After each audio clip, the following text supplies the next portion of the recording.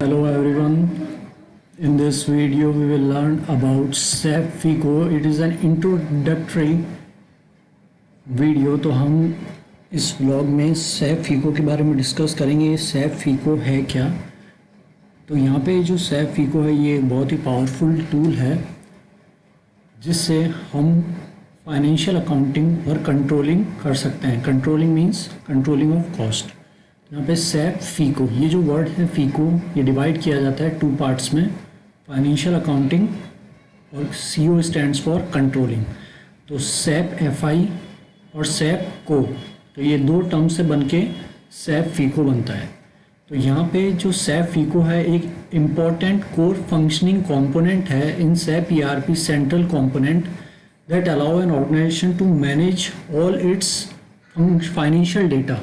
कोई भी ऑर्गेनाइजेशन के जितने भी जो फाइनेंशियल डेटा होता है उसको मैनेज कैसे किया जाता है? With the help of SAP। SAP में जितने भी कंपनी के फाइनेंशियल डेटा होते हैं regarding raw material, employees data, cost of production, ये सब अपन क्या कर सकते हैं? SAP के थ्रू क्या कर सकते हैं? कंट्रोल कर सकते हैं, रिकॉर्ड कर सकते हैं।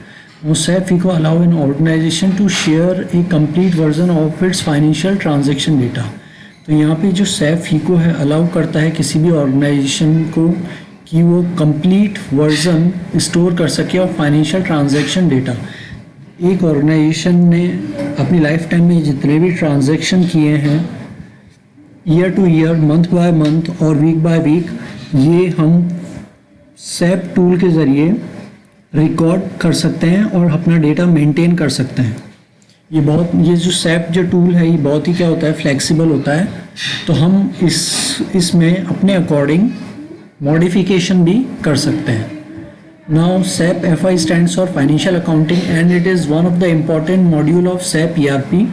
It is use to store the financial data of the organisation. तो ये जो फाइनेंशियल SAP FI है ये केवल फाइनेंशियल डेटा ही रिकॉर्ड करता है, not the controlling data. Company का कंट्रोलिंग डेटा जो है रिकॉर्ड नहीं करता। SAP FI help to analyse the financial condition of the organisation in the market. SAP FI के ज़रिए आप एनालाइज कर सकते हैं कंपनी की फाइनेंशियल पोजीशन क्या चल रही है इन the market. It can integrate with other SAP module like SAP SD selling and distribution, SAP PP, SAP MM, SAP SCM, customer and etc। तो ये जो है अपन SAP मॉड्यूल को अपन क्या कर सकते हैं? इंटीग्रेट कर सकते हैं SAP SD से, SAP PP, SAP MM से, यानी अपन कंबाइन कर सकते हैं इन सबको।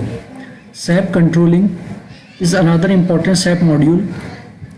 अब ये जो SAP FICO और SAP कंट्रोलिंग है ये मॉड्यूल है SAP के। So what are the 2 modules of SAP FICO and SAP controlling? It support coordination, monitoring and optimisation of all the process of the organisation. तो ये क्या करता है? SAP मॉड्यूल जो है सपोर्ट करते हैं coordination, monitoring and optimisation of all the process in the organisation. SAP CO include managing and configuring master data that cover cost and profit centre. तो ये जो SAP CO है ये बेसिकली किससे रिलेट करता है? कॉस्ट से और प्रॉफिट सेंटर से रिलेट करता है। Internal order and other cost element and financial area. This is an introductory tutorial that cover the basic SAP FICO and how to deal with various modules and सब module. तो ये एक तरह का एक basic introductory SAP FICO module है। Future में हम SAP FICO और SAP MM के कंप्लीट ट्यूटोरियल वीडियोस भी अपलोड करने वाले हैं। तो अगर आप चाहें तो आप हमारा channel planet CMS app like और सब्सक्राइब ज़रूर कीजिए। जो भी फ्यूचर में हम वीडियोस अपलोड करें उसका नोटिफिकेशन आप तक आ सके। तो यहाँ पे अब देखिए जनरल लेजर अकाउंट्स में जो जनरल लेजर होता है उसको डिवाइड किया गया है 4 पार्ट्स में। Accounts payable AP, accounts receivable AR, bank accounting BA and asset accounting AA। तो यहाँ पे अकाउंट्स पेबल का मतलब क्या हुआ? अकाउंट्स पेबल का मतलब हुआ जब भी कोई ऑर्गेनाइजेशन होती है उसे अपने डे टू डे जो ऑपरेशनल एक्टिविटी है उसको चलाने के लिए, उसको एग्जीक्यूट करने के लिए असेट की ज़रूरत होती है, जैसे laptop, computer, PC, tables, travelling expenses के लिए, एम्प्लॉयज़ को लाने ले जाने के लिए वेंडर्स चाहिए होते हैं। तो जितने भी ऑर्गेनाइजेशन अपने वर्क को, ऑपरेशनल एक्टिविटी को एग्जीक्यूट करने के लिए जो एक्सपेंडिचर करेगी वो एपी के थ्रू आएंगे, और एआर में वो आएंगे ऑर्गेनाइजेशन अपनी जो ऑपरेशनल एक्टिविटी है, जो कोर बिजनेस है ऑर्गेनाइजेशन का, उसको एग्जीक्यूट करने के बाद कितना रेवेन्यू जनरेट कर रही है, वो है अकाउंट्स रिसीवेबल में। That means customer account. एक ऑर्गेनाइजेशन है, उसके कितने कस्टमर है, उन कस्टमर से कितना रेवेन्यू इकट्ठा हो रहा है, वो सब इसमें अकाउंट्स रिसीवेबल में आता है। और अकाउंट्स पेबल में आता है वेंडर अकाउंट। अब यहाँ पे फिर बैंक अकाउंटिंग है। बैंक अकाउंट्स के रिगार्डिंग डिटेल्स जाएगी, कंपनी के बैंक अकाउंट्स। और असेट अकाउंटिंग मतलब कंपनी की जो असेट है, जैसे fix assets, plant and machinery, book building, vehicle etcetera, ये जितनी भी है ये असेट अकाउंटिंग में जाएगी। तो यहाँ पे जनरल लेजर अकाउंटिंग की अगर अपन बात करें, all general ledger accounts that are use for reporting are manage through general ledger accounting. जितने भी जनरल लेजर अकाउंट्स हैं जो कि यूज में आते हैं रिपोर्टिंग और मैनेज के, वो जनरल लेजर अकाउंटिंग के थ्रू यूज में लेते हैं। In SAP is set of all the general ledger accounts use by the company और एन ऑर्गेनाइजेशन और a group of companies is called a chart. तो जितने भी जनरल लेजर अकाउंट्स के जो सेट होते हैं यूज बाय कंपनी और ए ग्रुप ऑफ कंपनी, उसको क्या बोलते हैं, चार्ट ऑफ अकाउंट्स बोलते हैं। In SAP is set of all the general ledger account. SAP में जितने भी जनरल लेजर अकाउंट हैं उनको अपन क्या बोलेंगे, चार्ट ऑफ अकाउंट्स बोलते हैं। और इंटरव्यू में ये कई बार पूछा भी जाता है कि what do you mean by chart of accounts in SAP, तो it could be an important question. These are the account that will be use for the preparation of financial statement. ये वो अकाउंट्स है जो कि financial statement को prepare करने के काम में आएंगे। Most of the transaction recorded in सब मॉड्यूल। जितने भी ट्रांजेक्शन होते हैं, मोस्ट ऑफ द ट्रांजेक्शन, ये जो सब मॉड्यूल्स होते हैं, SAP SD, SAP PP, इन्हीं में रिकॉर्ड किए जाते हैं। They are reconciled with the general ledger in the real time. और ये फिर रिकॉन्साइल किए जाएंगे जनरल लेजर से। तो एक तरफ अपन बोल सकते हैं general ledger is a main ledger. जो भी पेमेंट आएगा वो जनरल लेजर को हिट करेगा, जो भी पेमेंट जाएगा वो जनरल लेजर को हिट करेगा। तो जो AP और AR की जो टीम है वो ही जनरल लेजर से उसको क्या करेंगी, क्लियर करेंगी। Transaction that can be done in direct in general ledger accounting include general voucher which are posted to adjust और करेक्ट ट्रांजेक्शन।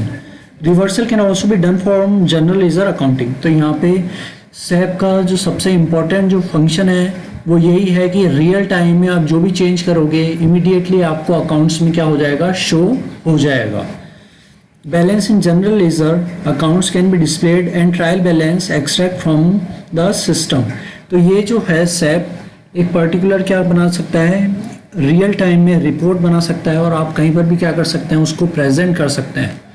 अगर आपने कोई भी ट्रांजैक्शन मीटिंग से 5 मिनट्स पहले भी एग्जीक्यूट किया है, अगर रिकॉर्ड किया है, तो उसका इफेक्ट पूरे के पूरे ट्रांजैक्शन, पूरे के पूरे जो रिपोर्ट बनाएंगे आप, उसमें हाईलाइट हो जाएगा। यहाँ पे अकाउंट रिसेबल, वही अकाउंट रिसेबल क्या होता है, कंपनी की जो कोर बिजनेस एक्टिविटीज से जो रेवेन्यू इकट्ठा होगा वो आएगा अकाउंट रिसेबल में। Transaction account receivable include invoice posting. अब अकाउंट रिसेबल में किस चीज़ की हम एंट्री करते हैं, invoice posting, credit memo posting, down payment.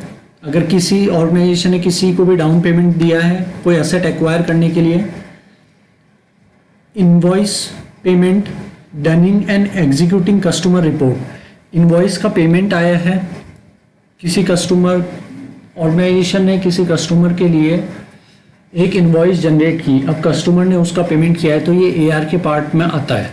जहाँ कस्टमर आएगा वहाँ अकाउंट रिसेबल आएगा, जहाँ वेंडर आएगा वहाँ अकाउंट्स पेबल आएगा।